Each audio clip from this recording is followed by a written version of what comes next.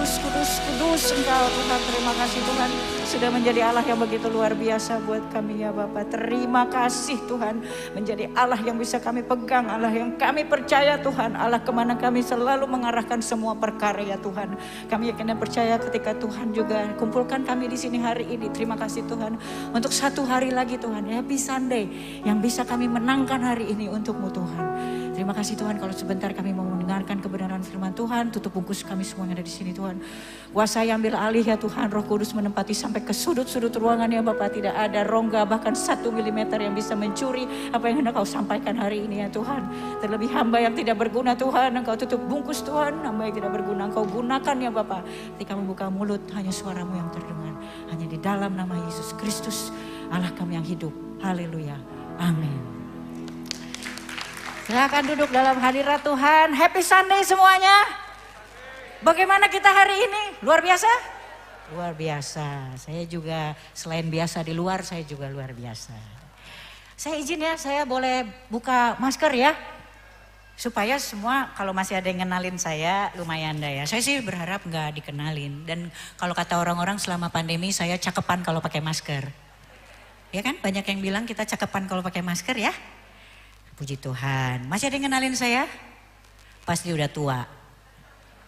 Saya Tamara Geraldine Tuana Kota ya.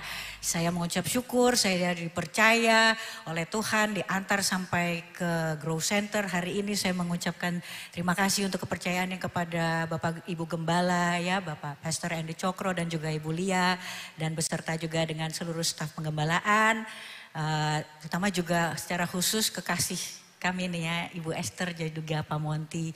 Ini biasa seksi repot juga nih kalau WhatsApp ya kan ya. Terus juga pelayan jemaat dan seluruh jemaat.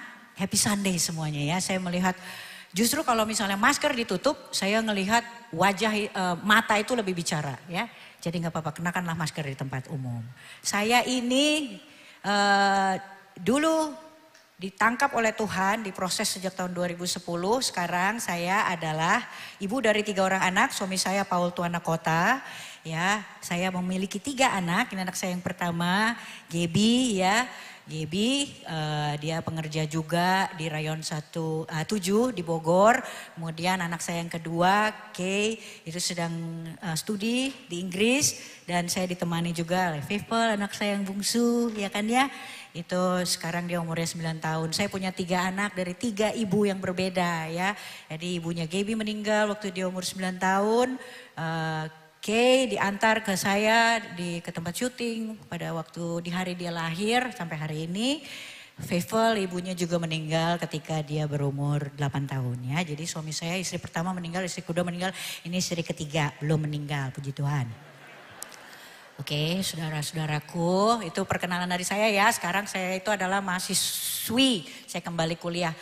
Kemarin ngobrol-ngobrol sama Pastor Andy, kemudian Pastor Andy itu sempat bilang bahwa tema yang ada nih di Grow Center itu adalah tentang bagaimana membangun kebiasaan yang baik gitu ya.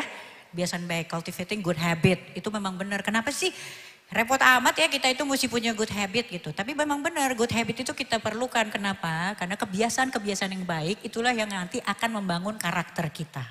Karakter itu harus kita miliki. Kenapa? Karena karakter itu yang nanti akan menentukan kemana kita akan berakhir. Gitu ya. Amin ya saudara ya. Sampai di sini saya nggak terlalu cepat ya.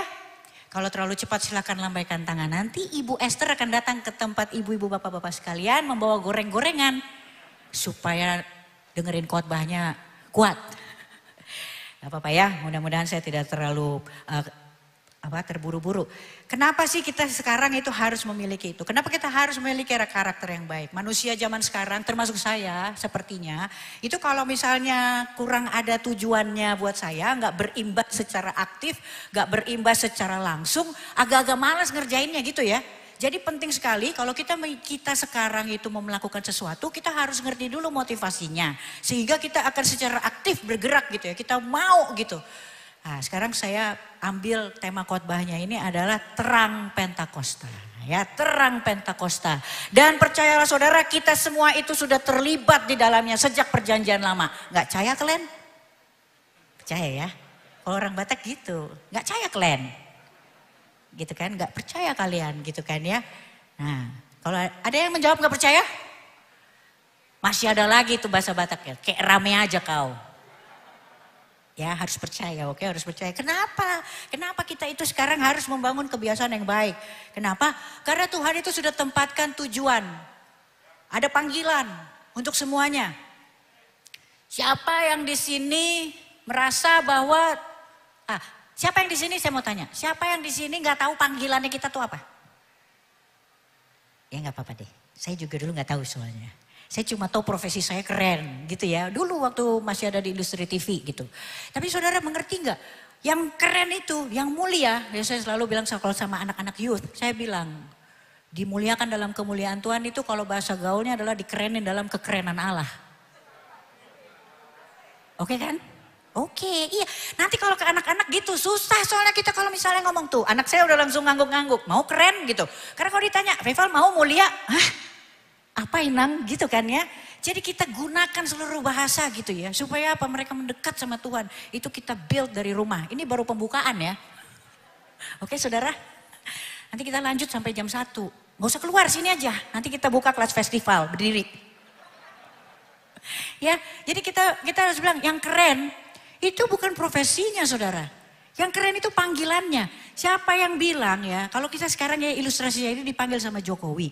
Siapa yang bilang menteri-menteri itu lebih keren, lebih mulia? Ya, Erick Thohir misalnya, ya, yang selalu mukanya kelihatan. Apakah itu lebih mulia dari dia yang saat ini dipercaya oleh Jokowi membereskan tempat tidurnya, menyiapkan makanannya? Enggak kan? Yang mulia itu panggilannya.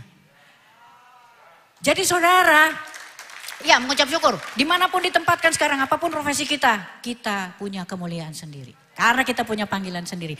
Bahkan seorang ibu rumah tangga dia punya panggilan tertinggi. Nah kita cek ya hari ini ya. Karena dengan mengerti apa panggilan tertinggi kita sebagai orang percaya, dimanapun ditempatkan, kita jadi tahu apa pekerjaan kita. Dan kita perlu bangun apa yang namanya good habit. Ya, coba kita buka sekarang ya. Panggilan tinggi orang percaya, ini saya ambil dari 2 Korintus 3 ayat 18. Dan kita semua mencerminkan kemuliaan Tuhan dengan muka yang tidak berselubung. Dan karena kemuliaan itu datangnya dari Tuhan yang adalah roh, maka kita diubah menjadi serupa dengan gambarnya dalam kemuliaan yang semakin besar. Ini Korintus waktu Paulus menuliskan ini sebenarnya dia juga bicara di perjanjian lama. Jadi gitu ya, besok kalau cerita sama anak-anak gitu ya, saya selalu mau selipin ini supaya apa? Ada langkah praktisnya ya. Kalau dengerin khotbah saya selalu mau ada langkah praktis supaya kita begitu keluar kita tahu langsung aktivasi gitu ya, terutama di rumah. Ini ceritanya, nanti ceritain selalu berhubungan antara perjanjian lama, perjanjian baru dan juga zaman now gitu ya. Jadi kita semua itu adalah bagian dari nubuatan yang kemarin Tuhan sudah jadikan. Ya, dengan begitu kita akan aktif.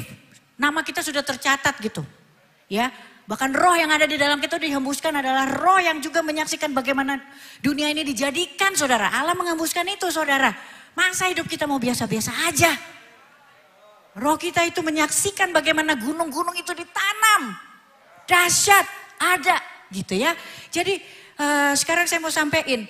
Pada saat Paulus itu nulis ini, dia itu lagi bicara waktu Musa naik ke Gunung Sinai. Itu waktu Musa ngomong sama Tuhan, itu kemuliaan Tuhan itu kan datang pada Musa. Musa itu begitu bercahaya. Ketika dia turun dari gunung, itu orang-orang Israel gak ada yang sanggup ngelihat dia. Karena kemuliaan Tuhan itu luar biasa dahsyat. Nah saudara itu Tuhan gak pilih kasih loh. Tuhan juga titipkan sama kita itu memancarkan kemuliaan itu. Jadi orang Israel pada saat itu di perjanjian lama orang Israel bilang, tolong taruh selubung ya. Kenapa? Kami gak tahan ngelihatnya, katanya gitu. Dan akhirnya Musa menyelubungkan mukanya, ya, dia kasih itu selubung itu. Kenapa? Pada saat itu juga terjadi, ketika kemuliaan itu nanti hilang, orang juga gak ada yang aware. Jadi pada saat itu menutupi muka Musa, ketika kemuliaan itu akhirnya berakhir, gak ada yang realize. Dan di ayat ini Paulus mau bilang, coba kita periksa lagi ayatnya ya. Kita semua mencerminkan kemuliaan Tuhan dengan muka yang tidak berselubung. Dan karena kemuliaan itu datangnya dari Tuhan yang adalah roh, maka kita diubah menjadi serupa dengan gambarnya dalam kemuliaan yang semakin besar. Saudara, luar biasa ya. Kita kalau mau glowing kita gak usah ke skincare. Ini bukan endorse, semua kan gitu ya sekarang semua di Instagram semua endorse. Kalau mau glowing itu Tuhan sudah tempatkan dan sebaiknya orang percaya itu tidak perlu memakai selubung. Tuhan sudah sampaikan di sini. Ya, sekarang di zaman roh orang percaya ini akan memantulkan kemuliaan Tuhan dan itu selamanya. Haleluya, kita beri kemuliaan buat Tuhan ya, semua terlibat. Semua terlibat. Orang percaya itu semua langsung Tuhan kasih. Gitu Tuhan luar biasa ya. Kita ini siapa? Tapi dia kasih dan dia titipkan. Dan ketika kita tahu panggilan tertinggi orang percaya apa?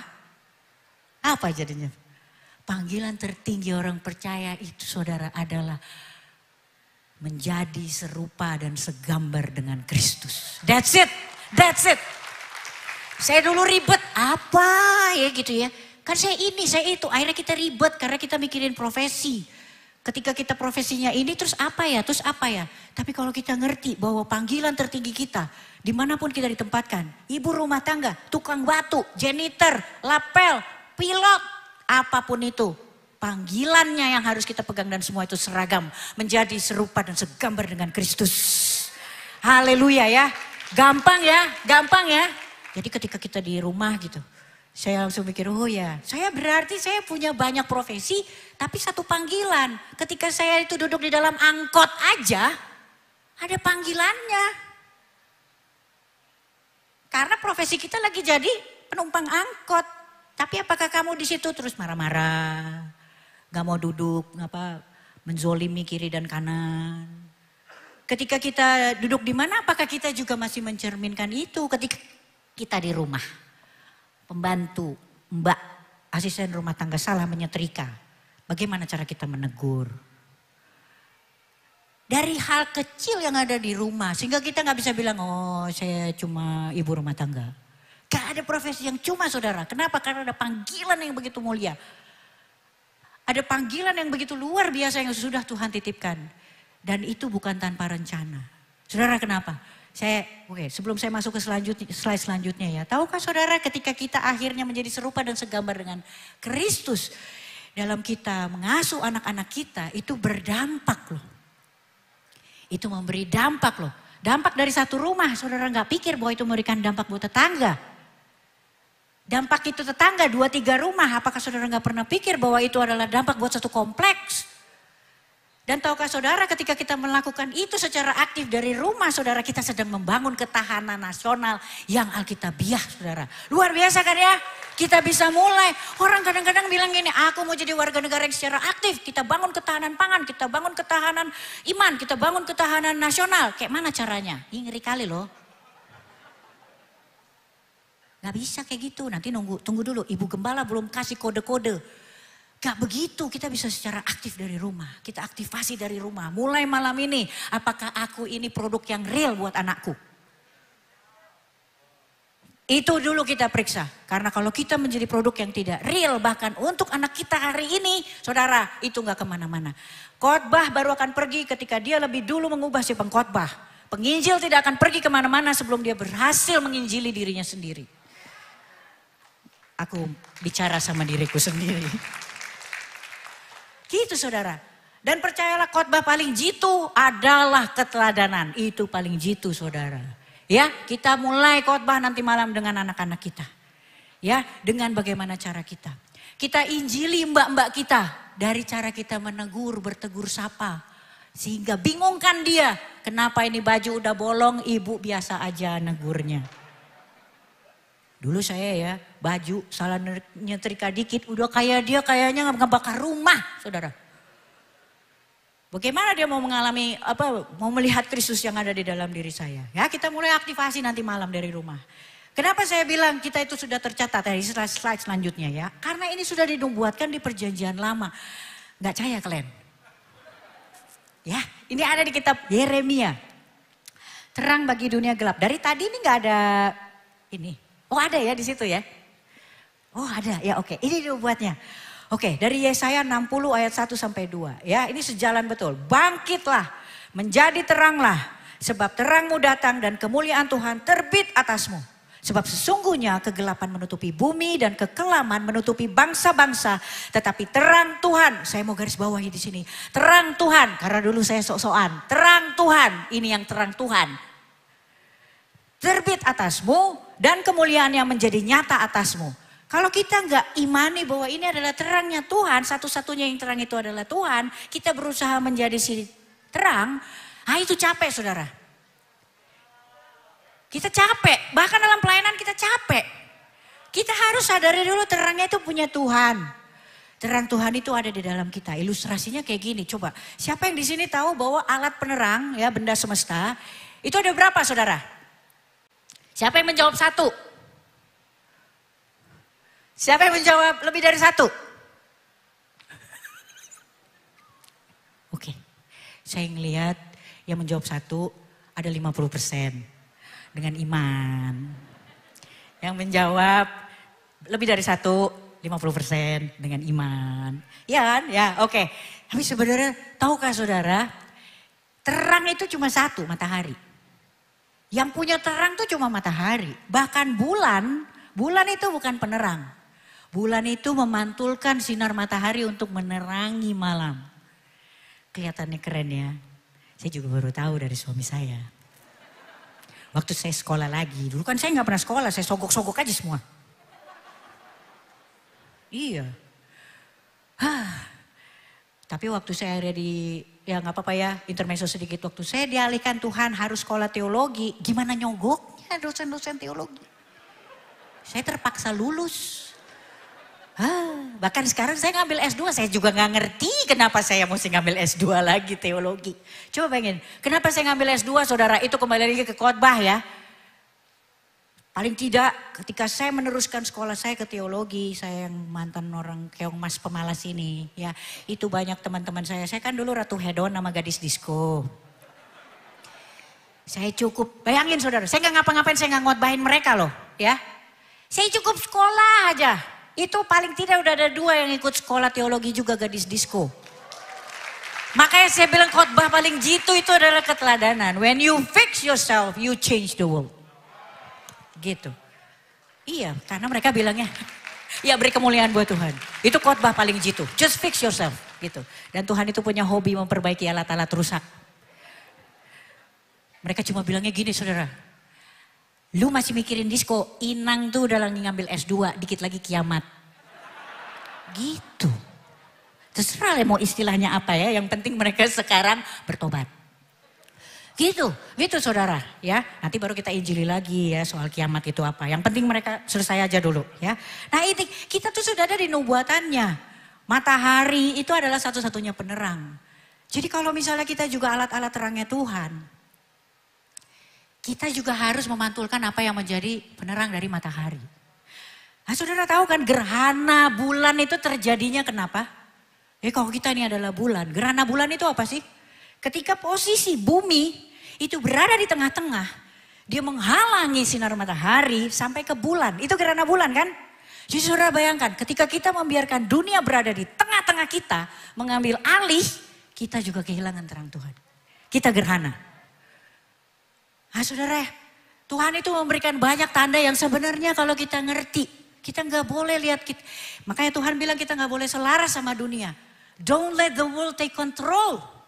Jangan biarkan dunia ambil alih dari kita sebagai orang yang pernah dimuliakan oleh dunia dan dunia mengambil alih hidup saya.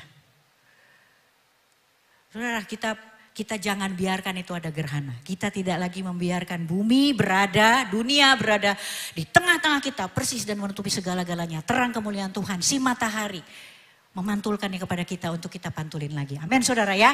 Saudara ya, hari ini kita tangkap ya kebenarannya. Kita sudah dinubuatkan bangkit dan menjadi terang. Ya, bangkit dan menjadi terang. Kenapa? Ini juga masalah penggenapan. Tuhan penting sekali hari-hari ini memanggil semuanya dan menjelaskan kembali ada panggilan tertinggi orang percaya. Kenapa? Karena Tuhan perlu menggenapi dan kita semua ada di dalamnya. Makanya saya bilang, saya sangat percaya tentang Pentakosta. Bagaimana Tuhan mengakukan pencurahan Roh Kudus, kenapa? Karena Tuhan perlu menggenapi, bangkit menjadi terang dengan otoritas, dengan bersama dengan Roh Kudus diberi kuasa kita juga menjadi terang untuk bangsa-bangsa. Dan semua terlibat. Bahkan dari rumah, from where you are, with what you have. Dan itu sekarang. Itu bisa dimulai dari rumah ya. Penggenapan Pentakosta itu ada di Kisah Para Rasul 1 ayat 8. Tetapi kamu akan menerima kuasa kalau Roh Kudus turun ke atas kamu dan kamu akan menjadi saksiku di Yerusalem. Yerusalem kita bicara rumah. Yudea dan Samaria dan sampai ke ujung bumi ya. Saudara, Yerusalem itu rumah loh. Yang terdekat dulu. Habis itu apa? Yudea. Jadi itu kayak saya ya. Jangan sosokan kita ke Yudea, Yerusalem, morat marit. Itu namanya bukan pelayanan. Itu namanya killing time. Oke? Ya. Oh, dulu kan gitu ya. Ingat kalau yang seangkatan sama saya, kita adalah generasi takut sama orang tua ya.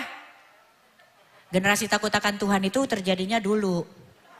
Kalau kita tuh generasi takut sama orang tua, ya kan ya. Sekarang kita mau kembalikan semua generasi takut akan Tuhan. Generasi dulu generasi takut orang tua. Kalau sekarang generasi takut sama anak, ya kan? Udah diem aja lah daripada anaknya rese, ya kan? Aku pelayanan di gereja. Gak bisa kayak begitu ya. Itu harus sama-sama, itu harus kelihatan. Kita gak bisa convince orang kalau di rumah aja kita bukan produk yang meyakinkan. Ya, anak saya itu dulu, aduh kerjaannya bolos terus. Saya sibuk aja khotbah kayak rame aja gitu kan ya. Tapi ketika akhirnya saya ikut kuliah lagi, saya perbaiki hidup saya. Ini tiba-tiba anak saya nilainya kurang 0,5 aja. Dia bisa nangis-nangis ke bapaknya kemarin. Papa aku gak mau begini. Aku bilang, wah udah mau rapture ini berarti. Beri kemuliaan buat Tuhan ya. Gak ada yang Tuhan gak bisa. Gak ada yang Tuhan gak bisa ya. Itu adalah penggenapannya. Penggenapannya kita semua adalah orang-orang yang memang sudah Tuhan mau ada di sana. Ya, menjadi saksi. Nah ini gak bisa kalau kita gak punya 4 hal. Paling sedikit, ini langkah praktisnya ya, ini langkah praktisnya. Karena saya tahu waktu saya tinggal 4 menit. Selebihnya kalau kurang nanti saya gojek, oke? Ini bukan endorse. Ya, yang pertama adalah, nah ini kita harus punya mindset. Kenapa? Seperti yang saya bilang tadi. Dan ini selaras ya dengan tema gereja kita ya selama 1 tahun ini ya. Paradigma, pola pikir. Kenapa? Pikiran ini akan menentukan kebiasaan kita. Dan kebiasaan itu yang akan membangun karakter kita. Saudara pikirin aja nih sekarang nih. Ini kalau saya ngomongin restoran pasti saya bilang saya endorse nih ya. Gandaria City. Coba kalau kita mikirin misalnya somai. Ya, somai sampai jam 3. Saya yakin pasti tindakan berikutnya adalah cari somai, ya kan? Apapun yang kita taruh di pikiran kita itu akan jadi tindakan, saudara. Jadi jangan taruh somai maksud saya. Apa kek gitu ya, pemenang, kepala bukan ekor ya, kepala juara ya. Taruh di sini yang baik, taruh di sini yang bagus. Taruh di sini yang bagus, kenapa? Karena itu akan jadi tindakan kita. Tindakannya apa? Ketika kita taruh di sini kepala, kita tahu kita bahkan kalau di mall mau jalan di belakang orang aja kita gak mau. Udah pasti kita akan jalan lebih cepat. Aku kepala, aku bukan ekor.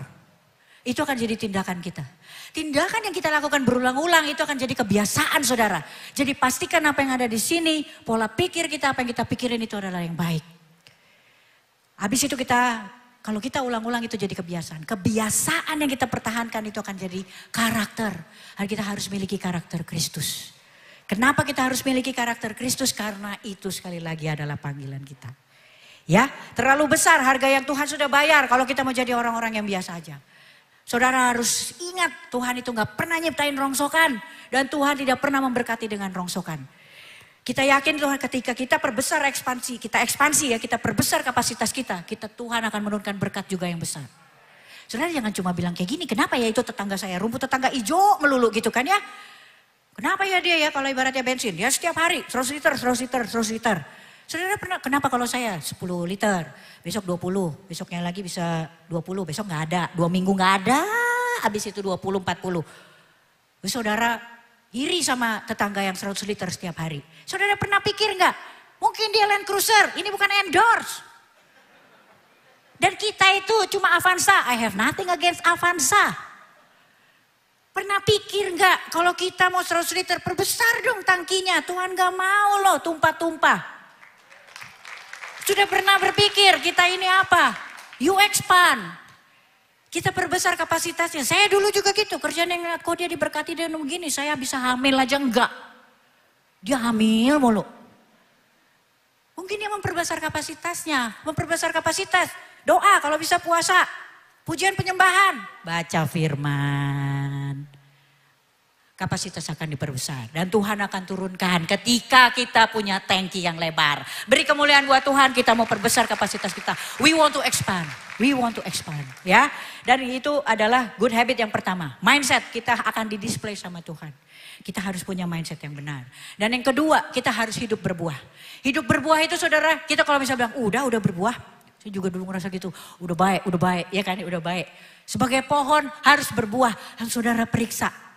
Berbuah itu tidak dinikmati oleh pohonnya. Jadi kalau kita jadi yang namanya hidup bersama dengan Tuhan itu gak halu-haluan. Berbuah itu kita bisa cek, paling tidak dari anak. Buah tidak dinikmati oleh pohon. Jadi kalau kita hanya merasakan bahwa Tuhan itu sekarang baik buat diri sendiri, kita belum berbuah. Karena berarti kita hanya menikmatinya itu sendiri, kita belum berbuah. Kita bisa cek ya nanti malam ya, sudah berbuah atau belum. Buah sekali lagi tidak dinikmati oleh pohon. Itu ilustrasi. Enak ya baca Alkitab ya ketika kita pakai ilustrasi yang gitu-gitu ya. Kita bisa cek terus. Saya juga senang tuh kayak gitu pakai ilustrasi. Dan Tuhan Yesus itu kan kalau kita copy ya bagaimana Tuhan Yesus ya. Sehingga kita besok ke anak-anak juga gitu. Tuhan Yesus itu gak khotbah. Tuhan Yesus pakai cerita, persuasif, panjang, dia ambil waktu. Jadi orang tua jangan kayak gitu. Kita juga. Ini anak-anak jangan senyum-senyum aja ya. Nanti bagian anak juga saya khotbahin juga loh. Bukan, mereka kayak gitu. Iya, jadi orang tua itu kita ambil waktu, kita cerita, kita tiru bagaimana Tuhan itu kalau di Alkitab, oh caranya dia ngomong kayak gini, kayak gitu, itu pasti manjur, saudara, menobos gitu ya. Nah itu hidup berbuah, itu adalah good habit, paling tidak ada 4 nih ya yang bisa kita ambil ya. Dan juga kita custom, kita anak raja. Kita selalu bilang kita anak raja, mentalnya anak tapi hatinya hamba. Itu saya gak ngerti loh, karena kebalik-balik, karena kita bilang oh ya hamba Tuhan. Mental harus anak. Gak disuruh apa-apa, kita tahu bahwa kita harus memperlebar kerajaan Allah. Jangan nunggu ibu gembala maksudnya gitu. Dimanapun kita jadi serupa segambar. Mental anak, hati hamba di bawah. Jangan mental hamba, hati anak, berasa punya semua. Tapi kalau gak disuruh gak jalan. Jangan balik-balik ya. Oke, kita suka balik-balik ya. Gitu. Mental harus anak. Nah kalau kita punya mental anak Tuhan, kita bukan anak warung saudara. Cara duduk. Kita custom hari ini. Bagaimana saya hari ini dilihat oleh tetangga saya, dilihat oleh saudara-saudara saya. Ya, itu good habit yang kedua, ya. Yang ketiga adalah hidup dalam kasih. Hidup dalam kasih. Hidup dalam kasih ini ada ayatnya ya, di 1 Yohanes 2 ayat 9 sampai 10. Barang siapa berkata bahwa ia berada dalam terang tetapi ia membenci saudaranya, ia berada dalam kegelapan. Ia berada dalam kegelapan sampai sekarang. Barang siapa mengasihi saudaranya, ia tetap berada di dalam terang dan di dalam dia tidak ada penyesatan. Siapa yang sedang dengan keluarga itu gak baik-baik? Ini saudara, waktu saya baca firman ini ya, hidup dalam kasih, nyata yang paling berat itu ketika kita itu memang memulainya di rumah ya. Tapi saudara, di ayat ini karena ada janji Tuhan ya, dibilang ini bukan hal yang terlalu sulit untuk dilakukan. Caranya apa saudara? Ternyata di sini Tuhan bilang adalah dia memberikan kekuatan. Dia memampukan untuk itu. Asal kita punya hubungan. Nah soal hubungan ini saya mau ingetin lagi nih. Ini hubungan atau sekedar pergaulan? Ya, saya dulu ngerasa saya itu orang yang sangat punya hubungan dengan Tuhan, ternyata enggak. Kalau hubungan itu kita kemanapun kita berjalan kita pasti sama-sama dengan dia. Kita ngobrol ya kan gitu ya, kalau misalnya kita sama orang tua gitu kan ya. Kita ngobrol walaupun kita punya jadwal tuh sama orang tua ke salon setiap minggu. Ya kan, tapi kita tetap komunikasi. Sama Tuhan saya bilang enggak ya, hari Minggu doang. Itu bukan berhubungan, itu bergaul. Nah sayangnya lagi saya kan orangnya supel. Saya bergaul sama siapa aja. Jadi kadang tobat kumat. Gak bisa saudara, kita harus bangun hubungan kita sama Tuhan. Dengan gitu kita jadi menjadikan dia satu-satunya. Ya, dan itu ada hidup dalam kasih. Kita bisa saling mengampuni dengan rekan-rekan terdekat, dengan sahabat, bahkan dari saudara-saudara yang ada di rumah. Kita bisa cek juga ya nanti malam ya. Karena ini PR pertama. Waktu saya diubahkan Tuhan ini yang paling berat. Ini yang paling berat. Tapi ternyata bisa juga. Kita hidup dalam kasih itu adalah good habit yang kedua. Dan good habit yang ketiga. Good habit yang ketiga ini mau kesaksian sebelum. Oh sudah sampai di sini semua. Iya. Emang gitu saudara. Kita tuh sampai kayak terpisah gitu ya kalau lagi menyaksikan kebaikan Tuhan. Iya kan ya, ngerasa gak? Kita tuh seperti terpisah gitu. Mau ngomong aja terus gitu ya. Terharu gitu. Saya mau kesaksian nih soal kasih ini. Seumur hidup saya ya, saya itu sibuk aja marah sama Tuhan. Saya pikir waktu itu gini, saya bilang sama Tuhan, kenapa sih nih saya harus melepaskan semuanya ya. Saya dibangkrutkan oleh Tuhan, maksudnya secara apapun itu. Mau apa, rumah tangga, kesehatan. I was counting my day gitu waktu itu, to go home. Saya cuma punya waktu 8 bulan. Tapi sampai sekarang gak mati-mati juga. Udah kemuliaan buat Tuhan. Saya punya waktu 8 bulan. Terus saya bilang gini waktu itu. Kok Tuhan gini banget sih? Tuhan tutup rahim saya. Jadi selama saya jadi perempuan tuh saya adalah perempuan mandul yang gak bisa memberikan keturunan gitu ya. Jadi saya juga harus melepaskan semuanya. Karena buat saya mungkin gak adil ya. Menahan orang yang harus memiliki keturunan. Dan saya juga kan anyway mau check out gitu ya. Ya kayak gitu tuh kalau bantu-bantu Tuhan. Terus saya bilang gini waktu itu. Saya jadikanlah ini perjalanan yang menyenangkan ya Tuhan. Hari ini saudara, hari ini. Saya tuh baru realize ya, Tuhan sudah pulihkan semuanya. Bahkan dia sudah pulihkan rahim saya. Saya orang yang menerima kesembuhan ilahi. Saya dititipin 3 orang anak, bayangin saudara. Dari 3 ibu yang berbeda saudara. Ini gak ada urusan sama darah daging kan. Jadi Tuhan tuh perlu menutup rahim saya. Untuk mengajarkan saya satu kasih agape. Ya saudara. Apapun hari ini yang Tuhan izinkan terjadi, percayalah yang firman bilang mendatangkan hal baik. Itu ya dan amin saudara. Tuhan gak bisa. Tuhan gak bisa. Saya gak bisa. Mana yang saya harus dulukan? Anak saya yang pertama kah? Anak saya yang kedua kah? Anak saya yang ketiga kah? Hanya darah Kristus. Gak ada lagi darah daging. Nah saya bilang di sini adalah Tuhan tuh luar biasa ya. Demi mengajarkan saya dia tuh repot banget. Tuhan itu repot banget mengajarkan saya untuk saya hari ini. Di bagian yang satu itu. Saya seorang ibu yang harus memastikan bahwa anak-anak ini akan sampai excellent. Dan saya bayar harga buat ibu-ibu mereka. Apapun yang terjadi, hari ini kita mau bangkit. Tuhan sedang proses. Jangan minta buru-buru selesai. Dan terakhir Tuhan bilang di sini, habit yang keempat, kerjakan keselamatan. Kerjakan keselamatan dengan gentar. Kenapa saudara? Dulu waktu saya baca Mazmur 23, saya baca gitu aja ya. Tuhan adalah gembala yang baik. Gentarlah saudara. Di bagian di mana dia mengatakan kita dibenarkan. Dituntun di jalan yang benar. Oleh karena namanya. Di ayat ini Filipi 2, nanti dibaca ya. Waktu saya udah habis. Filipi 2 ayat 12 sampai 15. Di bagian di ayat 12 dan 13. Di situ terlihat jelas bagaimana Tuhan menempatkan dirinya sebagai rekan kerja. Ada sinergi ilahi di situ. Di Mazmur 23 ketika dia bilang dibenarkan oleh karena namanya. Gentarlah kita. Kenapa? Itu reputasi ilahi yang dititipkan sama kita. Reputasi istri katanya, reputasi suami katanya ada di istri ya. Sehingga istri perlu menjaga segala tindak lakunya hanya untuk nama suaminya. Ketika di Mazmur 23 dia bilang oleh karena namanya. Ada reputasi ilahi. Yang dia berikan buat kita. Bukan sebaliknya. Reputasinya dia. Dia Allah yang begitu setia. Dan dia bersedia menyederhanakan keilahiannya. Untuk kita. Gentarlah saudara mengerjakan keselamatan kita mulai hari ini. Dia Allah yang begitu luar biasa. Gak ada Allah yang seperti kita saudara, beri kemuliaan buat dia. Gak ada Allah yang begitu. Bangkit saudara. Bangkit saudara, perbesar kapasitas kita. Perbesar kapasitas kita mulai hari ini. Saya berdoa untuk semuanya hari ini. Kita semua bisa menemukan kembali apa yang menjadi panggilan kita masing-masing. Gak ada profesi yang hanya saudara. Saya mau berdoa di sini untuk semuanya Tuhan. Terlebih untuk semua yang hari ini Tuhan sudah kumpulkan. Aku tahu Tuhan akan bangkitkan. Kalau hamba selesai, aku tahu Tuhan pasti baru mulai.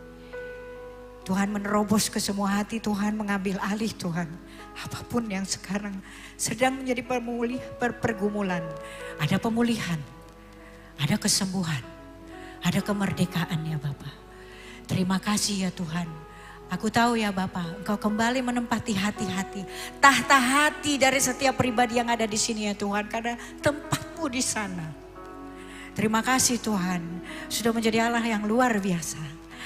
Yang ketika kami mengecewakanmu dengan ketidaksetiaan kami Tuhan, ketika kami mengingkari Engkau Tuhan, Engkau menjadi Allah yang begitu sabar dalam mengajar dan juga menghajar kami Tuhan. Tutup bungkus kami Tuhan, agar kami selalu bisa mengerti apa yang menjadi panggilan tertinggi kami. Kami bisa mengambil alternatif yang harus kami ambil Tuhan.